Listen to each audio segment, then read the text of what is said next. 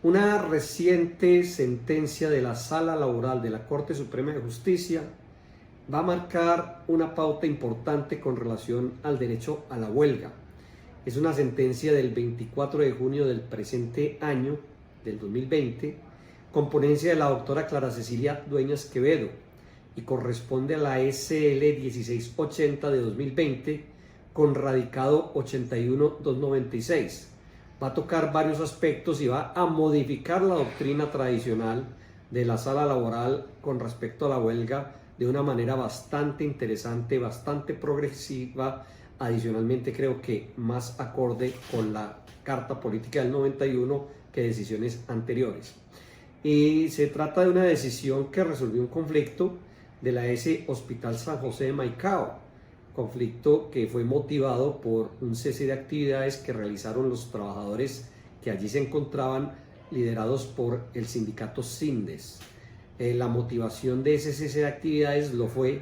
el incumplimiento de obligaciones salariales y prestacionales durante aproximadamente 8 meses. Esto hace que ellos cesen sus actividades y, como sabemos, cuando ocurre eso, el empleador puede solicitar a la justicia laboral que declare ilegal el cese.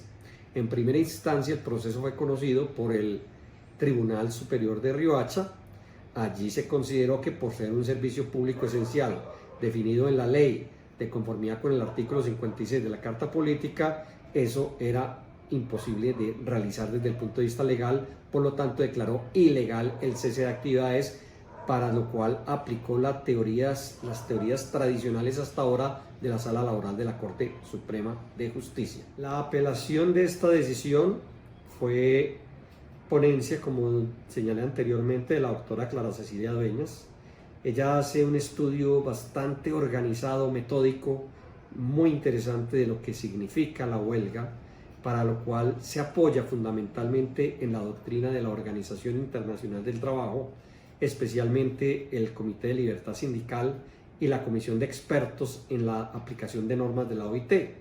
Para la doctora Dueñas, estas decisiones constituyen lo que podemos denominar una jurisprudencia con autoridad, así lo menciona.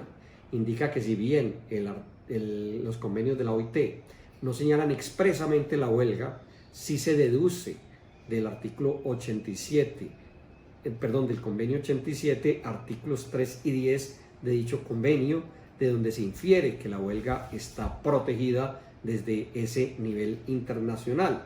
Asimismo, invoca varios instrumentos internacionales, especialmente el Estatuto de Derechos de la OEA, que tienen consagrado de manera expresa la huelga, y llega a una primera conclusión que implica un cambio de doctrina trascendental, y es que la huelga es un derecho fundamental, por lo tanto tiene que ser protegida de manera especial en un Estado democrático y pluralista. Considera la doctora Clara Cecilia que la huelga no puede verse en un Estado como el que tenemos, un modelo de Estado social de derecho, como un fenómeno anómalo, como algo para reprimir, sino que hace parte precisamente de las reglas de juego de una democracia y debe ser por esa razón protegida de manera especial. Aterriza ya el tema para analizar los ceses de actividades en las entidades que prestan servicios públicos esenciales, y esta es la segunda razón que motiva otro cambio de jurisprudencia interesante. Tradicionalmente había considerado la sala laboral que cualquier cese de actividades en alguna entidad considerada que presta servicios públicos esenciales está restringida. Para ello invoca el artículo 56, ha invocado el artículo 56 de la Carta Política, que señala que la huelga se garantiza salvo en los servicios públicos esenciales definidos por el legislador, y ha considerado que cualquier manifestación de este tipo en alguna entidad de salud, pues obviamente está restringida, por cuanto la salud desde la Ley 100 del año 93 es un derecho considerado que garantiza precisamente derechos humanos fundamentales, y por lo tanto se trata de un servicio público esencial, por lo que no puede existir huelga independientemente del tipo de servicio que se esté dejando de prestar de manera concreta. Acá lo que hace la Corte es cambiar de criterio y dice que hay que diferenciar la actividad y el servicio,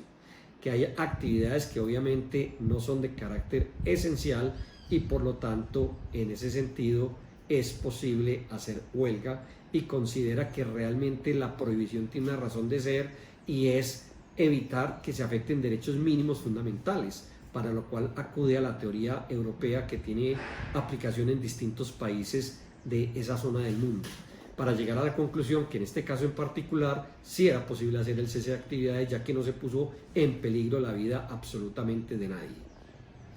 El otro punto importante de la decisión, que también cambia la orientación que ha tenido la sala laboral, tiene que ver con lo siguiente. La única huelga que está reglamentada en nuestro Código Sustantivo del Trabajo es la huelga que concluye un proceso de negociación colectiva,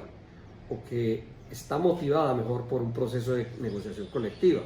Recordemos que se presenta un pliego de peticiones, se adelanta la etapa de arreglo directo, si no hay acuerdo es posible ir a una huelga. Ese tema está absolutamente reglamentado. Tanto la Sala Laboral de la Corte Suprema de Justicia y la Corte Constitucional han aceptado la existencia de otras modalidades de huelga, como son la huelga política, la huelga por solidaridad y la huelga imputable al empleador, que es el caso que estamos analizando. La Sala Laboral había señalado que en esas otras huelgas distintas a la de la negociación colectiva de trabajo, como no había ninguna regulación expresa sobre el particular, tendríamos que acudir para el procedimiento establecido para esta huelga. O sea, la Corte ha sido bastante exigente en ese sentido, lo cual ha implicado sin duda una restricción. Considera la Corte en esta decisión que esa restricción violenta el espíritu de las normas internacionales y de la